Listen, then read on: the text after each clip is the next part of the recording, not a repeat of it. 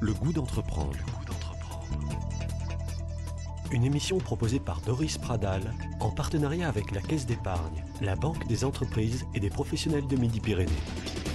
Bonjour à tous et bienvenue dans Le Goût d'entreprendre. 11 restaurants, 400 salariés, 19 millions de chiffre d'affaires. Voici la carte de visite du Tommy's Diner. On vous invite, vous l'aurez compris, à passer à table. Prenons la direction de Labège, près de Toulouse.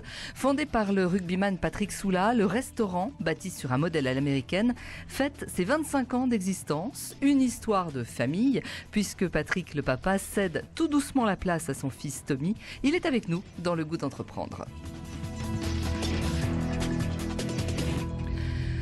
Tommy Soula, bonjour. Bonjour. Vous portez le nom de votre restaurant. Comment vous le vivez au quotidien? C'est agréable? Avec le temps, on arrive ça devient commun, on va dire. C'est sans prétention, mais au début, dans la jeunesse, c'est drôle. Oui. Puis aujourd'hui, on s'y fait et c'est quand même un honneur et un avantage d'avoir un restaurant à son nom. À son nom, surtout que c'est une très belle réussite. Sur Toulouse, oui, on est même en France aujourd'hui, on est parti de rien. Mon père est autodidacte complet, pas d'école, pas de spécialisation dans la restauration. Donc c'est vrai que la réussite aujourd'hui, à force de travail et de conviction, fait que c'est une belle réussite. Ouais. Aujourd'hui, 11 restaurants. Ouais, 9 restaurants en nom propre et 2 en franchise. Et 2 en franchise. On y reviendra sur la franchise que vous souhaitez d'ailleurs développer. Des restaurants dans toute la France. Tout à fait. On a des restaurants dans le sud-ouest, le premier à Labège en 2002. Ensuite Montauban, puis le sud-est et après un peu éparpillé dans le nord, nord-est et l'ouest. Alors on va revenir sur votre histoire, sur l'histoire du Tommy's Diner. Comment votre papa a-t-il eu envie de créer son restaurant? C'est un modèle à l'américaine. Il y en a peu en France. Il y a quelques chaînes qui se sont implantées ces dernières années, mais peu.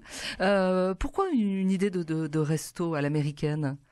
Mais déjà, le premier restaurant ouvert en 93, époque semi-professionnelle du rugby. À l'époque, on gagnait pas autant sa vie qu'aujourd'hui, même si ça reste loin du foot. Et il fallait avoir un autre emploi ou une autre activité à côté. Et mon père a toujours eu la faculté à faire ce qu'il avait envie de faire. Il voulait pas faire des choses par défaut, mais surtout s'éclater dans ce qu'il allait faire plus tard et pour déjà préparer la reconversion. Passionné des États-Unis, passionné surtout de l'époque années 50 jusqu'à 70, on va dire, avec tous les événements américains qui ont marqué cette époque. Rosa Parks, Martin Luther King, JFK, et bon, il le répète tout le temps dans toutes ses interviews. et puis un grand passionné des États-Unis, des voyages. Donc au début, ça a été un mix entre époque années 50-60, puis le sport américain. Et puis après, au fur et à mesure, il a vraiment spécifié dans les années 50 et dans l'histoire américaine de cette époque. Et il a eu envie de se lancer et d'importer ce modèle en fait en... Oui, il y a eu 2 étapes. Il y a eu la première étape donc au centre-ville où il y avait quand même, on était très rattachés Stade Toulousain et rugby. Et ensuite la fin de carrière approchant, on avait toujours le centre-ville. Puis il s'est lancé un défi et on est arrivé à Labège. Labège à l'époque, il y avait 4 restaurants. Et la plupart de ses coéquipiers, comme on l'a fait il y a pas longtemps dans une autre émission, lui ont dit tu es complètement fou d'aller là-bas, il y a pas grand-chose. Et puis comme il fait les choses par conviction, il était sûr que ça allait marcher et ça a marché. Et c'est un visionnaire. Voilà, c'est ça. Alors qu'est-ce qui fait votre spécificité? Qu'est-ce que c'est un diner? Bon, le service à l'américaine, l'ambiance. Comment vous pourriez nous expliquer, le faire vivre? Alors déjà, il faut bien spécifier qu'aujourd'hui un Tommy's Diner n'est pas exactement le même diner qu'on retrouve aux États-Unis. Le diner aux États-Unis, c'est un restaurant familial de classe moyenne, sans prétention ou sans manque de respect à ces restaurants. Mais les banquettes en sky et les couleurs fuchsia avec des néons, c'est pas exactement ce qu'on retrouve. Ce qu'on retrouve vraiment dans les diners américains, c'est la bâtisse en inox. D'où mon père s'est inspiré, il est allé visiter plusieurs entreprises qui fabriquent des diners livrés pièces. Et que lui a aménagé ensuite comme il avait envie, donc avec du néon turquoise, du néon fuchsia, tous les grands personnages de cette époque, et il a fait un diner à l'image à l'européenne, à son image à lui. Donc c'est vraiment un restaurant familial, et d'ailleurs on le retrouve dans notre clientèle. On a une clientèle de 7 à 77 ans, et même plus. Et même plus, oui. Le ticket moyen chez vous? Le ticket moyen, ça va être très, très divisé. On va avoir une clientèle plutôt entreprise le midi qu'on essaye de développer pour sortir. On a une image qui nous colle beaucoup au burger et pour devenir un restaurant d'entreprise de tous les jours, c'est possible. Donc on a un ticket moyen qui est aux alentours de 19 euros, 20 euros. Il y a toujours beaucoup de monde chez vous et vous avez choisi de ne pas faire de réservation. Pourquoi ? Alors ça, les réservations aujourd'hui, on les fait depuis 1 an et demi, 2 ans. Aujourd'hui, la problématique du restaurant, c'est de faire des réservations parce que c'est obligatoire, mais c'est de satisfaire tout le monde. Aujourd'hui, on essaye de faire passer des messages comme quoi on prend les réservations, mais on explique tout d'abord aux clients qu'on ne pourra pas bloquer la table, mais par des temps d'attente moins longs, on essaye toujours de satisfaire au mieux tous les clients qui viennent. Il y a beaucoup de monde, on attend souvent, il n'est pas rare d'attendre. Enfin, les gens restent, c'est qu'ils ont envie de venir, c'est qu'ils ont envie de rester. On est bien d'accord, mais il y a quand même toujours beaucoup de monde. C'est une fierté. Après, si on pouvait installer tout le monde et pas faire attendre les gens 1 heure, ça serait mieux. Mais on préfère annoncer un temps d'attente qui est souvent respecté. Mais c'est sûr que c'est pas un plaisir d'annoncer des longues minutes d'attente et de voir souvent des clients partir parce qu'avec les enfants en bas âge ou quoi, c'est compliqué d'attendre. Donc on essaye de faire au mieux, au plus rapide et au plus juste. Victime de votre succès, quelque part. On fait tout pour entretenir le succès et l'héritage qu'on nous a confié. Alors, vous êtes forgé, donc on le disait, une solide réputation autour du burger et autre chose, du service aussi un petit peu à l'américaine. À chaque fois que l'on arrive, chaque serveur se présente par le prénom et nous dit qu'il va nous accompagner pendant toute la durée du repas. Et il y a également des chefs étoilés qui vous suivent. Oui, tout à fait. En premier sur le service, c'est vrai depuis 20 ans, on a une fierté, c'est de servir que du steak haché frais. 100% pur muscle de bœuf. Tous nos steaks de bœuf sont de la viande VBF, donc née, élevée, abattue en France. C'est un gage de qualité qu'on a depuis 20 ans, qu'on aurait pu laisser de côté pour des histoires de rentabilité. Mais on n'a pas voulu rogner sur ça.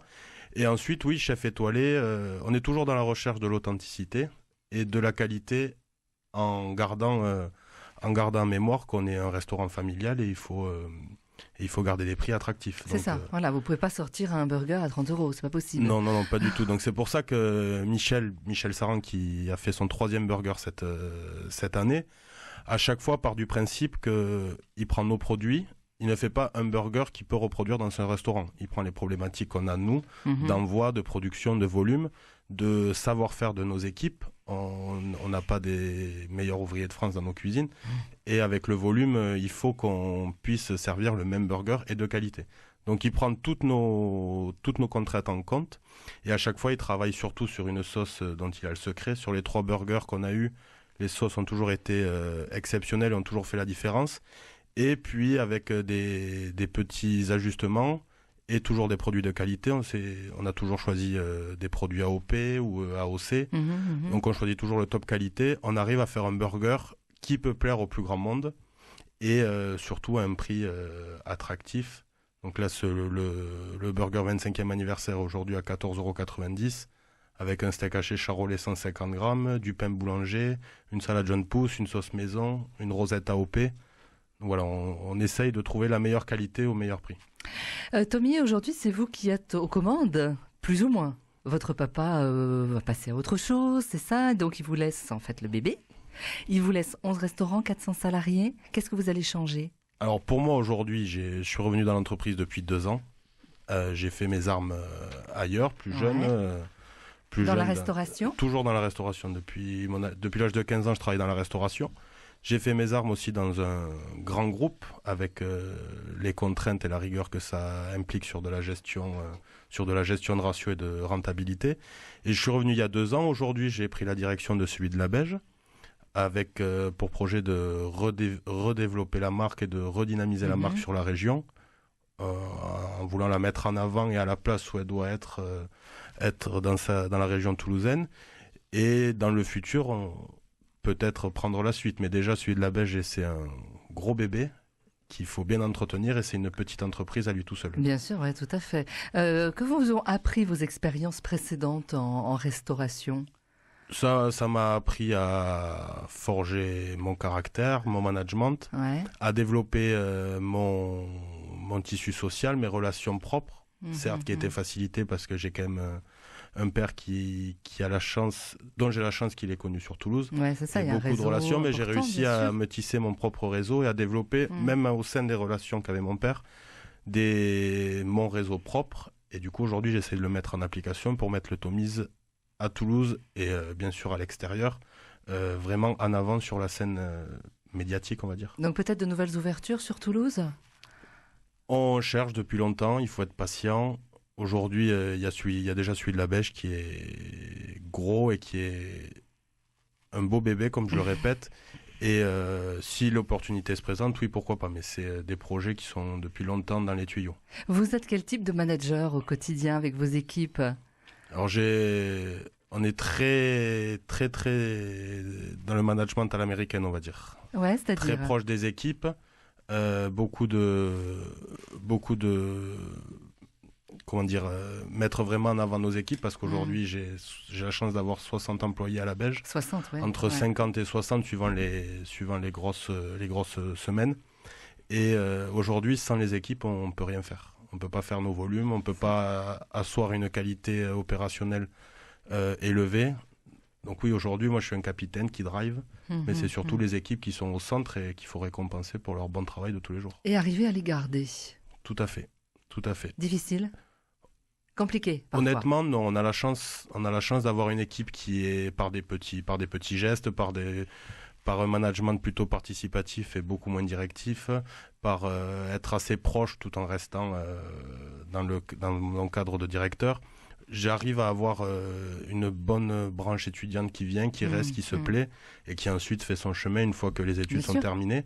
Mais aujourd'hui, oui, on a la chance d'avoir une équipe assez soudée et qui reste fidèle à l'entreprise comme dans le sport. Comme dans le sport, c'est ça, voilà, Ouais. c'est ça, Non, le c'est même vrai. esprit. C'est un esprit aussi que vous souhaitez insuffler dans votre entreprise. Oui, j'utilise beaucoup de Vous êtes métaphores. un sportif. Oui, j'ai joué au rugby il y a longtemps, j'ai dû arrêter, mais Ça alors? Mais oui, j'utilise beaucoup les métaphores sportives, ayant baigné dans le sport de haut niveau depuis tout petit.